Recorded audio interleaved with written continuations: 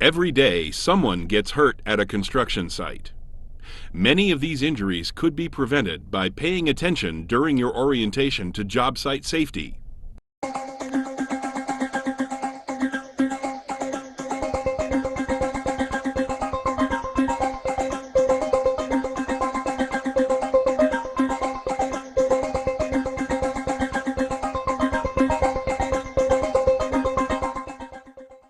This video program is designed to help employees recognize and prevent common hazards in construction workplaces.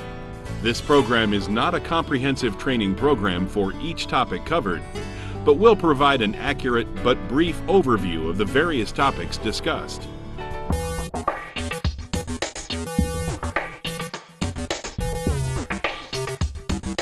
Having a good safety attitude means recognizing hazards before they occur and taking steps to eliminate those hazards. Having a good safety attitude begins with being aware of your surroundings and being able to recognize an unsafe situation or act if one occurs. Your attitude starts with you. Be able to stay focused on your task at all times and follow all safety rules and procedures as set out by your employer. You should always take personal responsibility to ensure the safety of yourself as well as your co-workers.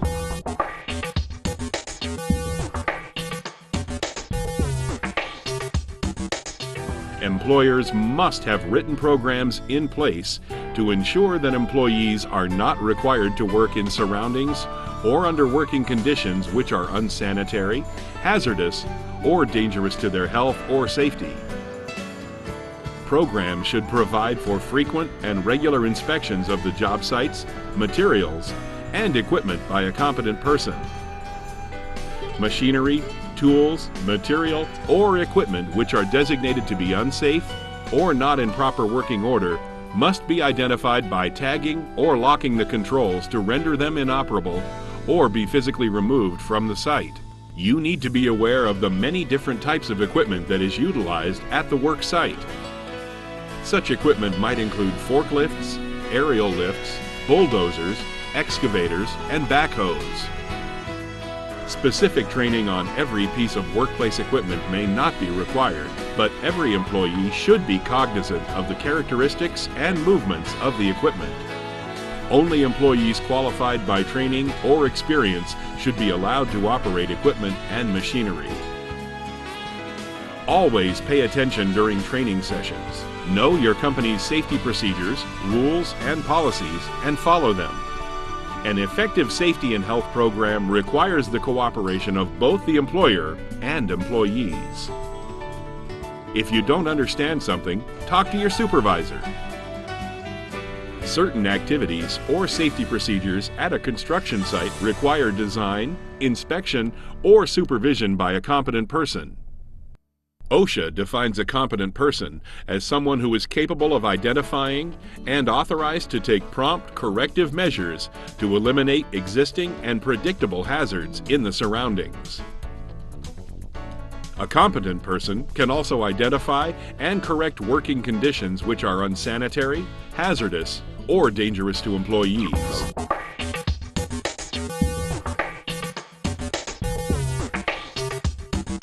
OSHA requires employers to provide employees with the proper PPE needed at no cost to the employee. It is important that PPE fits properly, provides the correct protection, is comfortable enough to perform the job, and is worn properly. It is important to properly select the PPE necessary to be protected from the job-specific hazards. If you have any questions about PPE, talk to your supervisor. Hard hats, safety glasses, and foot protection are mandatory on most construction sites. Other personal protective equipment that may be required and is job-specific is high-visibility clothing, gloves, hearing protection, fall protection harnesses, arc protection suits, respirators, face shields, lineman's rubber gloves, and metatarsal guards. You must know how to use PPE correctly. Always clean and maintain your PPE.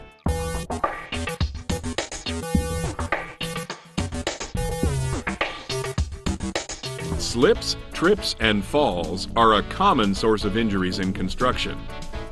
Many factors contribute and cause accidents of this type. Slip and trip hazards are all around. Be on the lookout for wet surfaces, obstructed views, poor lighting, cords or cables stretched out across walkways, uneven walkways, and tools, materials, or equipment left on the working surface. Take a proactive approach to keeping your site free from slip and trip hazards. Have a personal action plan. Prevent these hazards by paying attention. Clean up tools and place them in proper storage bins or cases. Report underlit or poorly lit work areas to your supervisor. Remove debris from work areas immediately. Reroute or properly cover exposed cables or cords that cross walkways. Always wear proper footwear.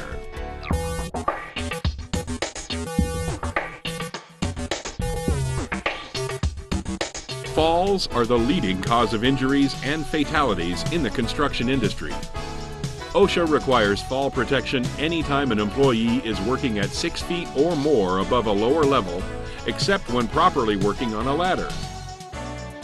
Fall protection must be provided for all employees that are exposed to the hazard of falling into dangerous equipment, regardless of height. Some of the types of fall protection are guardrails, safety nets, covers, and personal fall arrest systems, PFAS.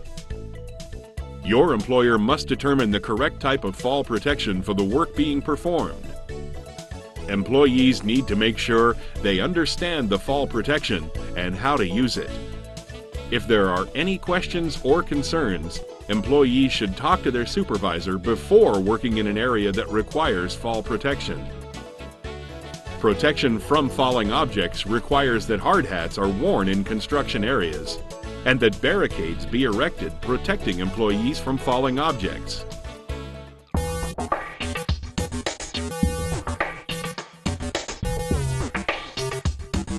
Ladders are used in many situations, and having information on the proper selection, use, and maintenance of ladders will help you keep safe. Always use ladders properly. Use only ladders meeting OSHA requirements and that are appropriate and meet the weight requirements for the work being performed. Fall protection is not required when working on a ladder. Use extreme caution and follow all safety rules to avoid an accident or injury. Never use a metal ladder on or around electricity. Always use a wood or fiberglass ladder. Check the warning label to ensure the ladder is appropriate for use around electrical hazards. Never use a wet ladder around electricity. Always inspect a ladder for damage before use. Ladders with structural defects must immediately be marked defective or tagged with Do Not Use and taken out of service until repaired by a competent person or the original manufacturer, or they should be destroyed and thrown away.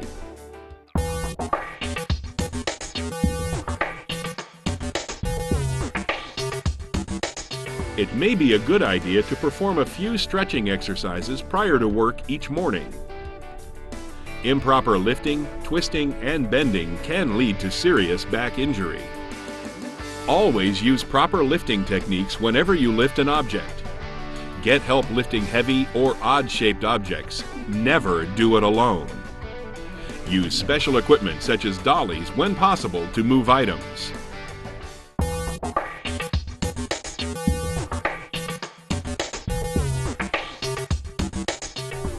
Many workers are unaware of the potential electrical hazards present in their work environment. Employers must instruct and train employees in the recognition and avoidance of unsafe conditions. In general, OSHA requires that employees not work near any part of a live electrical power circuit unless protected. A variety of possible solutions may be implemented to reduce or eliminate the risk of injury associated with electrical work. Examples of solutions include the use of insulation, guarding, grounding, electrical protective devices, and safe work practices, including locking and tagging. On construction sites, it is the employer's responsibility to provide either ground fault circuit interrupters for all 120-volt single-phase 15 and 20 ampere receptacle outlets in use and not part of the permanent wiring of the building or structure, or have a scheduled and recorded assured equipment grounding conductor program covering all cords, receptacles which are not part of the permanent wiring of the building or structure, and equipment connected by cord and plug which are available for use or used by employees. Electrical equipment noted in the Assured Equipment Grounding Conductor Program must be visually inspected for damages or defects before each day's use. Any damaged or defective equipment must not be used by the employees until repaired. Many contractors require both, and it is recommended to inspect all cords, plugs, and receptacles on a daily basis. Overhead power lines at work sites are extremely hazardous. Fatal electrocution is the main risk, but burns and falls from elevations are also hazards. Using tools and equipment that can contact power lines increases the risk of accidents. Watch for overhead power lines and always assume they are energized. Stay at least 10 feet away from power lines. Your employer will determine the type of protection best suited for the worksite and your safety. Following these rules and regulations will help reduce the number of injuries and accidents from electrical hazards.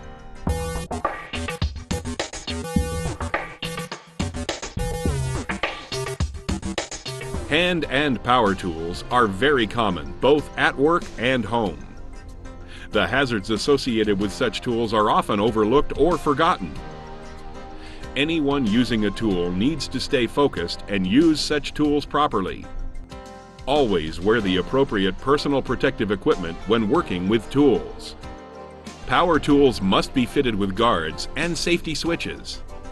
Never disable a guard or safety switch. Tools can be extremely dangerous when used improperly. To protect the user from shock and burns, electric tools must have a 3-wire cord with a ground and be plugged into a grounded receptacle or be double insulated. It is recommended to always use a GFCI.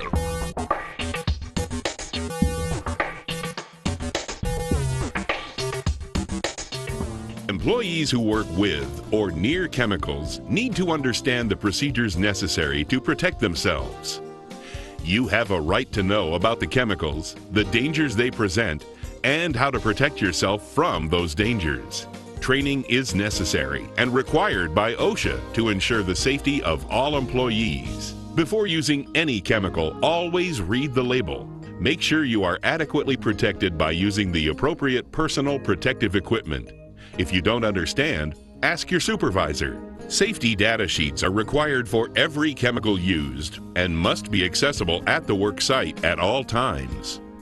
The safety data sheet is a 16-section, detailed informational bulletin prepared by the manufacturer or importer of a chemical.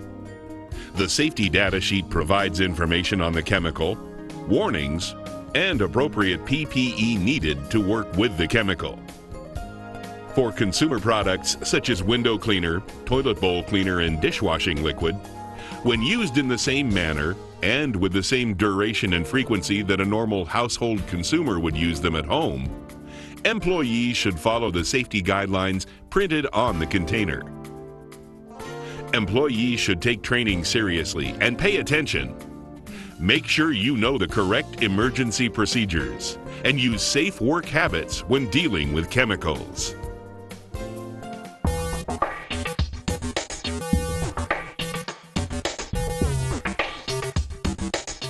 Confined or enclosed space means any space having limited means of egress and is subject to the accumulation of toxic or flammable contaminants or has an oxygen-deficient atmosphere. Examples of confined spaces are storage tanks, bins, sewers, tunnels, and excavations. Many confined spaces are covered by OSHA as a permitted confined space. The permit is issued after rigorous testing of the confined space per OSHA guidelines. Employees that are required to enter into confined or enclosed spaces must be instructed and trained about the nature of the hazards involved, the necessary precautions to be taken, and in the use of protective and emergency equipment required. Never enter into a confined or enclosed space unless properly trained and instructed by your employer.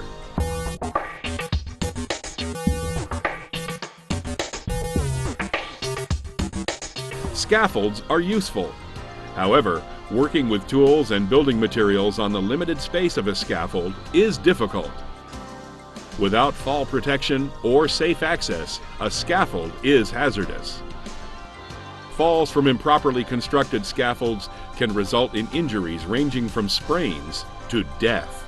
Always place scaffolds on level ground. A scaffold should be inspected by a competent person on a daily basis.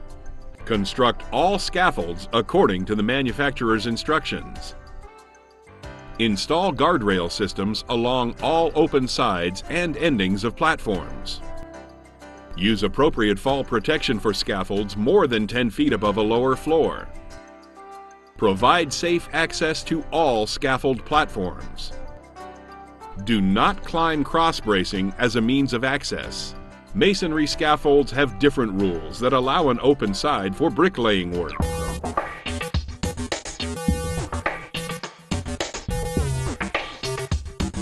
Cave-ins are perhaps the most feared excavation or trenching hazard. But other potentially fatal hazards exist, including asphyxiation due to lack of oxygen in a confined space, inhalation of toxic fumes, drowning, etc. Electrocution or explosions can occur when workers contact underground utilities. Always mark underground lines before digging. Trenches and excavations must be inspected daily by a competent person for evidence of possible cave-ins, hazardous atmospheres, failure of protective systems, or other unsafe conditions. Trenching and excavation work, due to its highly technical nature, as well as its inherent hazards, requires a greater level of training and experience than a normal worker would possess. Before undertaking trenching or excavating, make sure a competent person is present to ensure everyone's safety. Trenches deeper than 4 feet require proper shoring or a trench box, and a proper means of exit and egress for workers.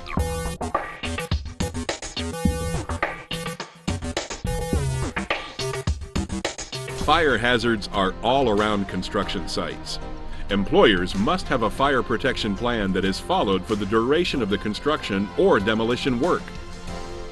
This plan must be part of your orientation. Know the location of fire extinguishers. Smoking is prohibited at many construction sites or is permitted in designated areas only. Prevention is the best defense against fire hazards. At times, you may become a fire watch to an open cutting or welder. If you are a fire watch, OSHA requires you stay in the area as a fire watch for a minimum of 30 minutes after the cutting or welding has been completed.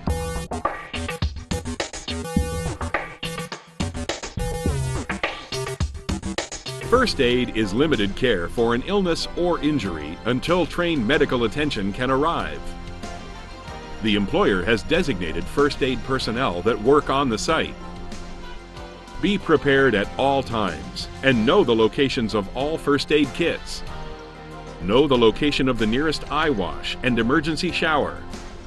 Know who is certified in first aid training at the work site, and finally, know who to call in case of an emergency. Report every accident or close call to your supervisor.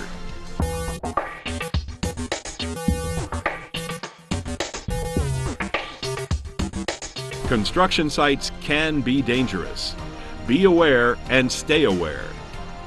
This program has been a brief introduction to a variety of workplace subjects. Your employer should provide in-depth safety training on these and other significant hazards in your workplace.